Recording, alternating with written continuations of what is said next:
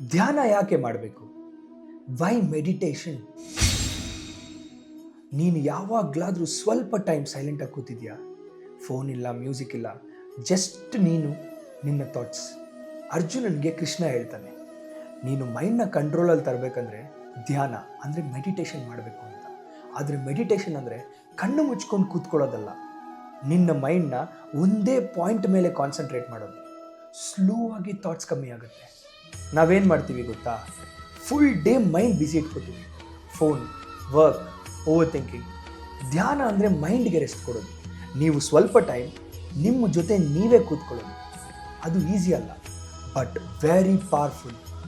ಕೃಷ್ಣ ಹೇಳೋದು ಸಿಂಪಲ್, ದಿನದಲ್ಲಿ ಒಂದು ಹೊತ್ತು ನಿಮ್ಮ ಮೈಂಡ್ನ ಕಾಮ್ ಮಾಡಿ. ಕಾಮ್ ಇರೋ ಮೈಂಡಿಂದ ಪ್ರಾಪರ್ ಡಿಸಿಷನ್ಸ್ ಬರುತ್ತೆ.